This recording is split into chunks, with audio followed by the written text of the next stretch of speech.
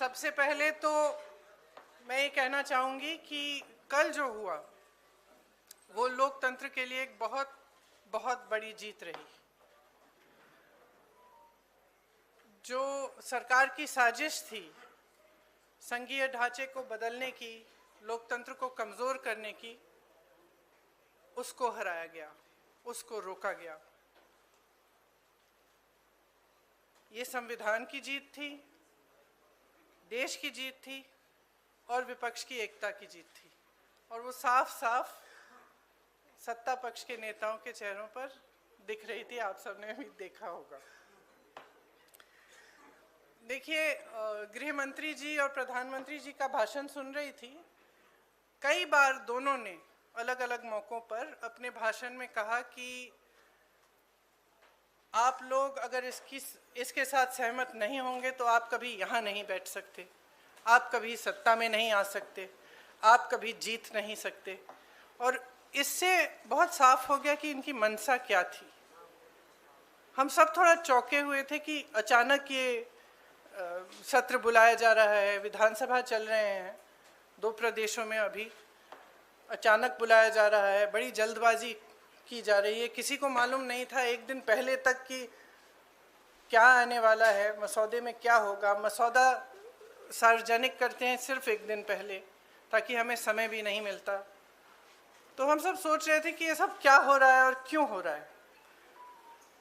मेरे ख्याल से पूरी साजिश जो रची गई षड्यंत्र की तरह कि किसी न किसी तरह से हमें सत्ता में रहना है। अगर अभी नहीं किया जाएगा तो 2029 तक जो ये करना चाह रहे हैं परसीमन, 2011 के जनगणना के आधार पर वो नहीं ख़त्म हो पाएगा। तो ये सब करने के लिए एक तरह से प्लान बनाने के लिए कि परमानेंटली हम सत्ता में कैसे रह सकते हैं और कैसे करें, महिलाओं का इस्तेमाल करके, महिलाओं के नाम पर हम आरक्षण लें। अगर ये लोग सहमत होंगे, पारित हो जाएगा तो एक तरफ हम ये कर लेंगे, दूसरी तरफ से हमें सारी स्वतंत्रता मिल जाएगी कि काट-पीट भी करिए, सीटों में किसी तरह से भी आप परसीमन करा दीजिए। 2011 के जनगणना के आधार पर होगा तो जाति जनगणना का भी कोई उनको रिकॉग्निशन नहीं लेना पड़ेगा। तो ये साफ है कि उन्होंने सोचा चलो पारित हो जाएगा तो जीत, पारित नहीं होगा तो हम हर नेता के सामने बाकी पार्टियों को महिला विरोधी कहकर महिलाओं के मसीहा बन जाएंगे। तो आप महिला हैं, हम जानती हैं कि महिलाओं का मसीहा बनना इतना आसान नहीं है, करके दिखाना पड़ता है।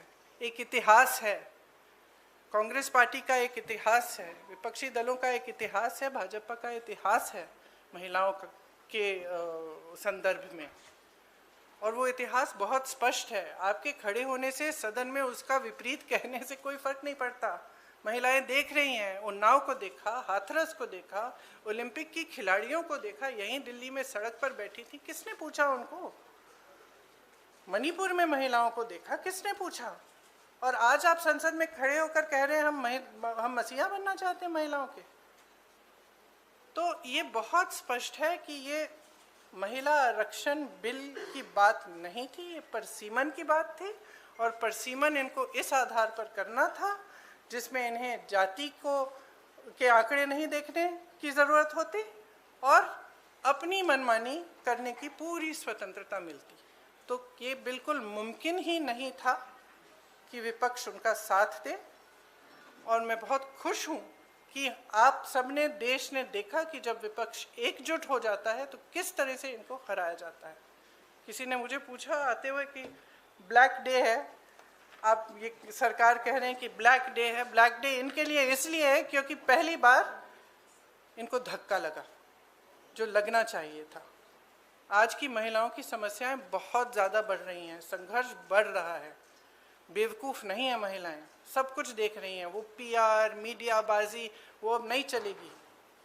कुछ ठोस करना है तो आप 2023 में जो सर्वसहमति से जो विधेयक पास हुआ था, पारित हुआ था, सारे दलों ने उसका समर्थन किया था, उसको लाइए उसमें अगर कुछ एक आध संशोधन करना है छोटा, ताकि वो अभी लागू हो सकता है, करिए और उसको अभी लागू करिए।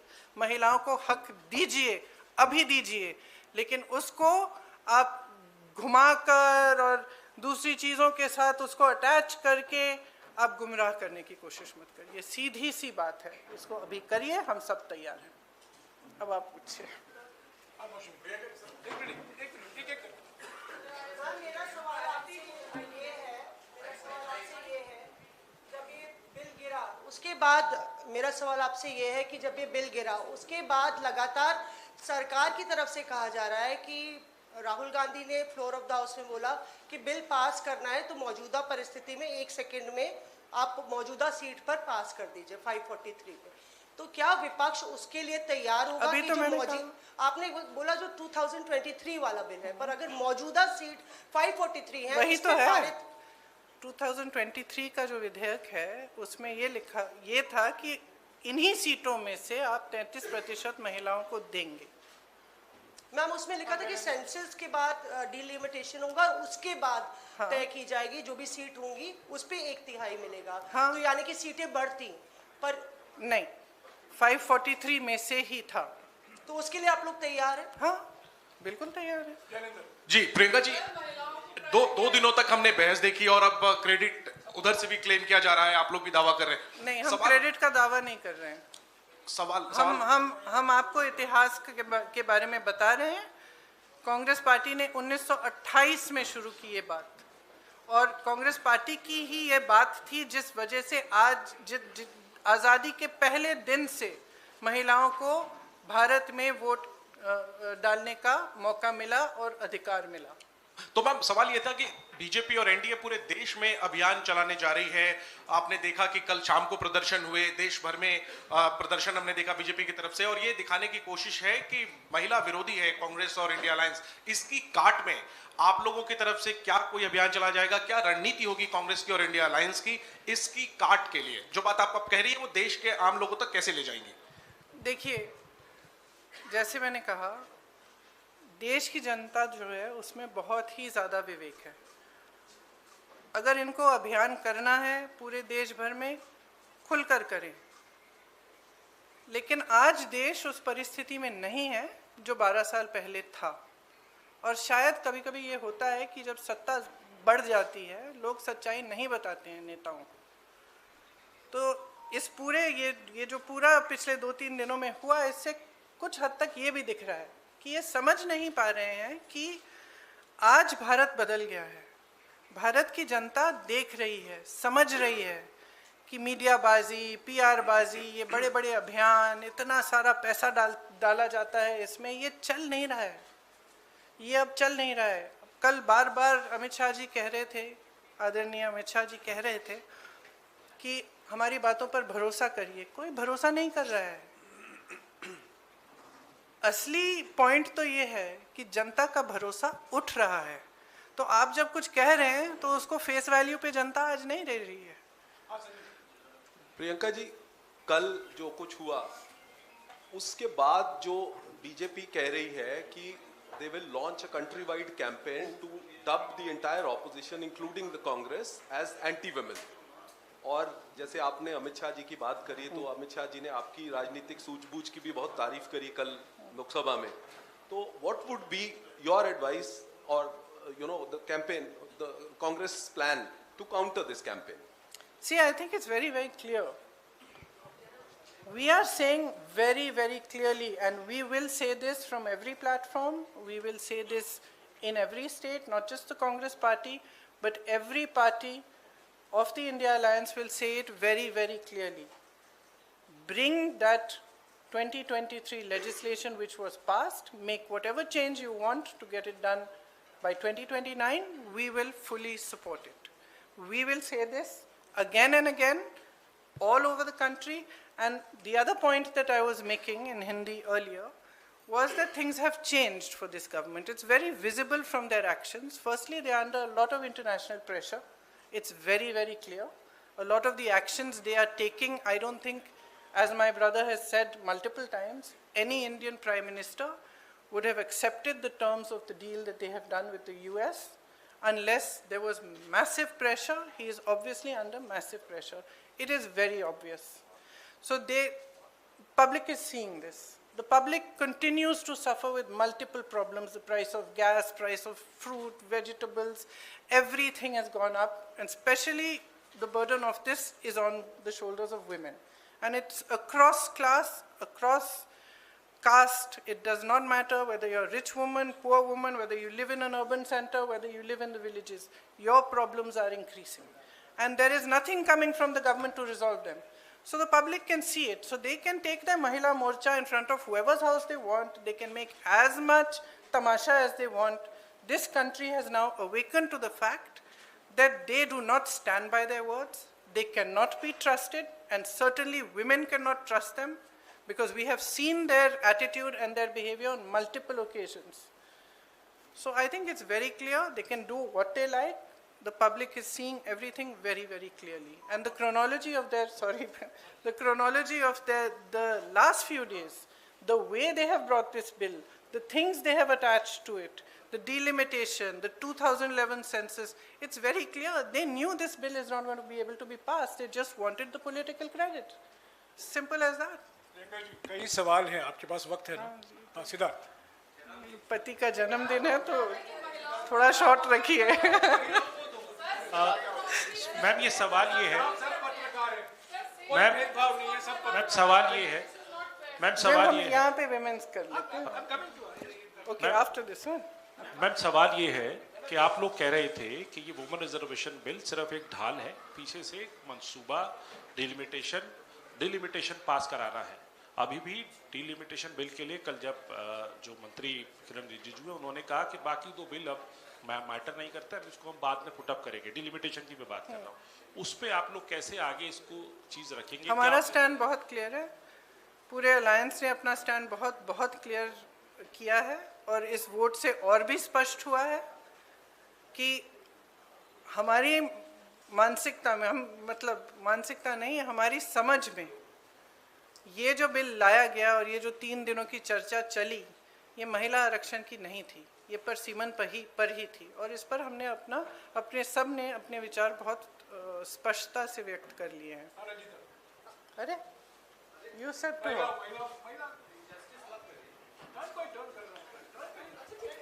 लेटर।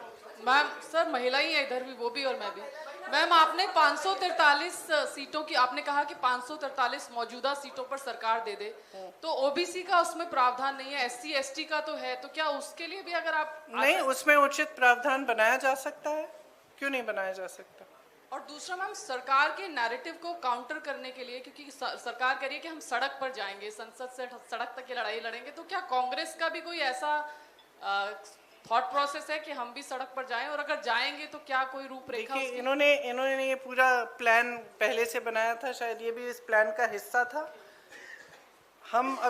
कल हमने इनको डिफीट किया है पार्लियामेंट में, हम आज बैठ के हम भी सोचेंगे कि हमें क्या करना है और जरूर करेंगे कुछ। हाँ, प्रियंका जी, सरकार कह रही है कि आप महिला विरोधी हैं, आप कह रहे हैं कि 543 सीटों पर 543 सीटों पर 33%। मैंने तो लड़की हूँ, लड़ सकती हूँ, किया 40% महिलाओं को उत्तर प्रदेश में लड़ाया, वो अलग बात है कि एक ही जीती उसमें से। वो अलग बात है, लेकिन एक निजाम आपने सेट किया। लेकिन यही सवाल था मेरा कि लड़ाई अपनी जगह है, क्या देश की सबसे पुरानी पार्टी ये कानून लागू हो या ना हो, सबसे पहले ये कर सकती है, ये ऐलान कर सकती है कांग्रेस की आने वाले चुनाव में हम बिना कानून के आए हुए 33% आरक्षण महिलाओं को दे देंगे? देखिए, हमारी आशा ये है कि आने वाले चुनाव में वैसे भी 33% महिलाएं चुनाव लड़ेंगी, और हम कह रहे हैं बार बार, विधेयक लाइए, दोबारा से लाइए, हम उसको पास करेंगे, पारित करेंगे आपके साथ। Today the opposition is planning to write a letter to Prime Minister Narendra Modi for the implementation of this bill. But are you also going to mention about the OBC quota, because already for SC ST there is a provision which has been passed. Obviously. And for Muslim reservation also it was being demanded by the Samajwadi Party. Are you also going to support that in this particular letter? Look, the OBC quota, I think almost every speaker from the opposition has referred to it. We are all saying that if there are women's reservations, just like there will be 1/3 reservations in the ST and the SC, there has to be a OBC reservation which is commensurate to the number. That's it. You're saying it again. Priyanka ji पूछ रहे हैं, कुछ पूछ रहे हैं। प्रियंका जी मेरा नाम एक मिनट, इन्होंने शुरू कर लिया था जी। प्रियंका जी मेरा नाम पूनम है और मैं अमर उजाला जीत से गई। हूँ। प्रियंका जी मेरा सवाल ये है कि परिसीमन 2026 तक फ्रीज था, अब वो परिसीमन खुला है। आपने कल कहा कि महिला संशोधन विधेयक इसलिए नहीं लाया गया कि परिसीमन मनमाना था, अब परिसीमन होना है, तो कांग्रेस की दृष्टि में वो परिसीमन किस प्रारूप में होना चाहिए और उसके लिए क्या कुछ कांग्रेस की मांग रहेगी? हमने बार बार कहा है कि परिसीमन से पहले जातीय जनगणना होनी चाहिए, उसके आधार पर होना चाहिए। देखिए, ये परिसीमन आयोग बनाना चाहते हैं जिसमें ये 3 जने अपने लगाएंगे, जैसे इन्होंने बाकी सारे आयोग बनाए हैं और सबको कैप्चर किया है। तो हम भरोसा कैसे करें? आपने देखा परिसीमन में इन्होंने असम में क्या किया है और JNK में क्या किया है। विपक्षी दलों के नेताओं की सीटों का विभाजन, अपनी मनमानी से काटपीट। JNK में कुछ सीट ऐसी हैं जहां एक जगह एक हिस्सा इधर है, एक हिस्सा उधर है, सिर्फ अपनी सत्ता बनाए रखने के लिए। कौन भरोसा कर सकता है? जनता भरोसा नहीं कर रही है। आप कह रहे हैं कि हम भरोसा करें उनकी।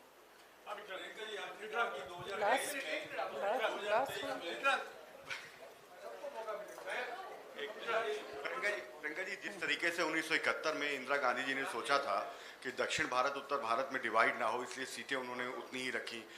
इवन 2001 में अटल बिहारी वाजपेयी ने भी यही सोचा कि दक्षिण भारत उत्तर भारत के बीच में डिवाइड ना हो, उन्होंने भी फ्रीज रखा। तो क्या आप सरकार से डिमांड करेंगे कि सीटें वो 543 ही रखे, आगे ना बढ़ाए, जैसा कि इंदिरा जी ने और अटल जी ने कहा? देखिए, जैसे इंदिरा जी और अटल जी ने कहा और किया, उस पे फ्रीज की वजह थी। हम ये सिंपल बात कह रहे हैं कि ये जो आप प्रोपोर्शन को बदलना चाहते हैं, ये जो आप कुछ प्रदेशों को का वज़न बढ़ाना चाहते हैं, जो छोटे प्रदेश हैं, जो साउथ के प्रदेश हैं, ये कहें कुछ भी, हम इनकी बातों पर भरोसा नहीं कर सकते। और अगर इन्होंने ऐसा किया कि छोटे प्रदेशों को, दक्षिण के प्रदेशों को का वज़न इन्होंने कम किया, तो देश में बहुत ज़्यादा संकट पैदा करेंगे। तो इससे हम सहमत नहीं हो सकते। तो हम बिल्कुल इस पक्ष में हैं कि जैसा है वैसा ही रहना चाहिए, प्रोपोर्शन के तौर पर।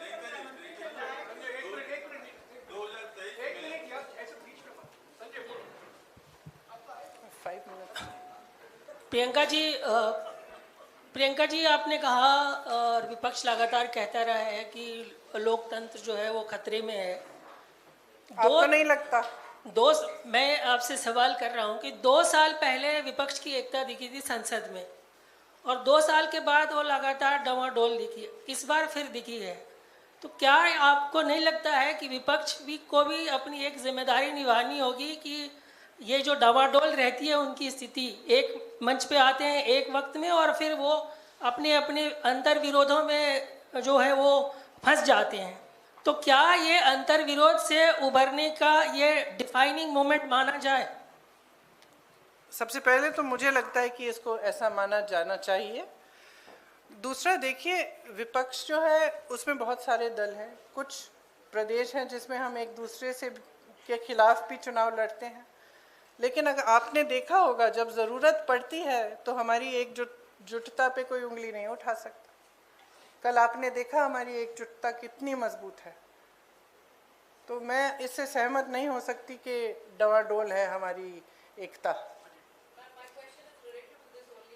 Answered, but related to this only, that do you think for the elections in states or at the center, this unity will be seen in future, as you have just mentioned that this unity has only been able to defeat this government? I think there are certain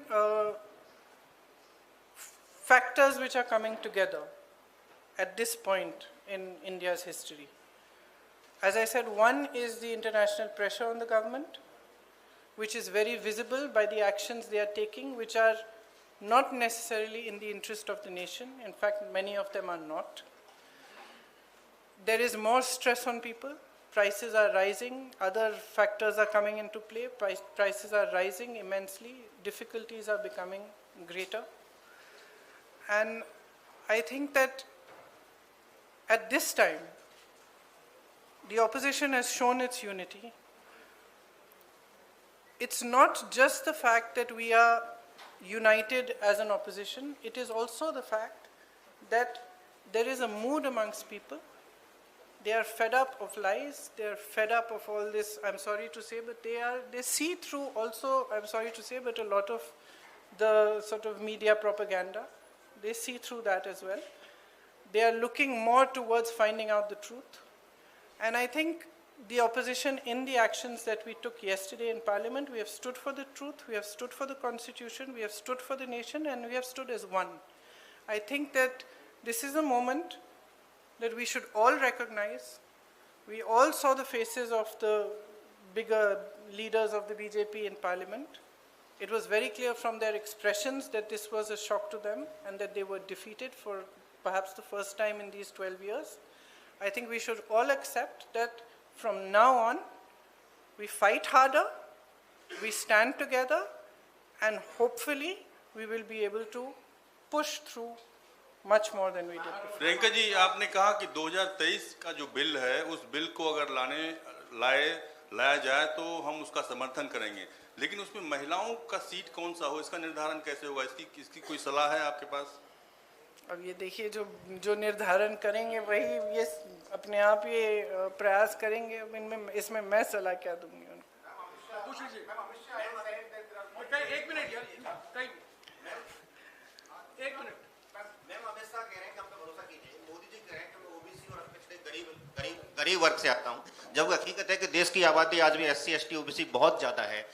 ये कह रहे हैं कि black day है। मैं कह रहा हूँ, क्या उन महिलाओं के साथ ये धोखा नहीं था जिन महिलाओं को SC ST OBC का रिजर्वेशन नहीं मिलता, क्यों कास्ट सेंसस से बच रहे हैं? वही तो मैं कह रही हूँ, पिछले आधे घंटे से धोखा ही था। Okay, last. Amit Shah has said that there are 120 constituencies. 1 and 2. Amit Shah has said there are 120 constituencies that have population of over 25 lakhs. He in fact listed Malkangiri also, that has 48 lakhs people. You may have some reservations about demilitation, but do you not believe that it's the need of the hour? Actually, no. Actually, I don't. I believe that that's the way it's being sold. And delimitation of seats of 20, 30, 40 has been done before. But a complete overhaul of Parliament, and that too in the hands of people who tend to have disregard for institutions, who tend to weaken every institution, including the Election Commission. How can you expect us to support this? It's not possible for anybody who loves democracy, who loves this country, to support such a thing. Ma'am, Neeraj के बाद Now he's asking. He's already started. Okay, आप बोलिए। आपने खुद suggest किया अभी कि ये परिसीमन था, दरअसल ये महिला आरक्षण के लिए नहीं था। तो ऐसे में अब ये प्रश्न हो जाता है कि सीटों की संख्या को शायद 543 पे लड़ना नहीं चाहते, 850 पे लड़ना चाहते हैं। तो आपको क्या ये लगता है कि they feel jittery about fighting on 543 since आप लोगों ने अचीव कर लिया था 235, which is like इंडिया के पास 235 और उनके पास 240? No, I don't think they're jittery about fighting 543. I think firstly the men are trying to reserve their own seats, right? So that their 5 out of 543, their seats don't go to women. Ma'am, Possible, yes. After all, we are living in a patriarchy.